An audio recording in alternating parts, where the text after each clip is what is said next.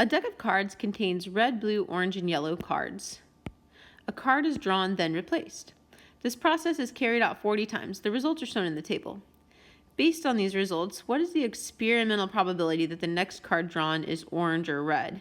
So an important thing to know here is that since it has asked about experimental probability, that means we're going to use the results of this table that's shown in this table here to determine the probability of getting a red or orange card.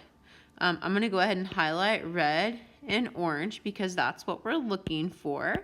It says here that we want red or orange.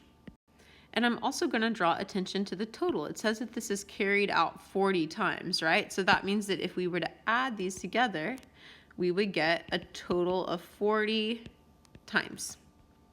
So the experiment was carried out 40 times, and out of those, 9 were red and 13 were orange.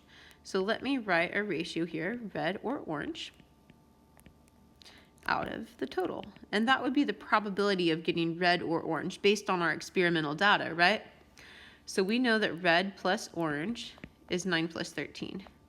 We know that our total is 40. So that's our probability. We just need to clean that up a little bit. Let's see, 9 plus 13 is 22. So this is equal to 22 out of 40.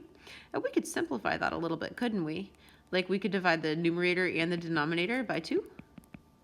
That would give me 11 out of 20. And those don't have any common factor other than 1. So that's as simplified as it's going to get. So I could say the probability of getting red or orange based on my experimental data is equal to 11 out of 20. And that's answer choice C. One thing I would say in evaluating whether this answer is reasonable is we know we have a total of 40, right?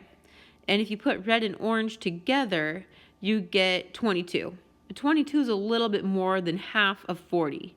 So that means when we're looking at our probabilities should be a little bit more than half. So just knowing that, the only value here that is more than half is 11 out of 20. All the others, none of them are larger than half. So really, answer choice C is the only reasonable answer given to us here in this question.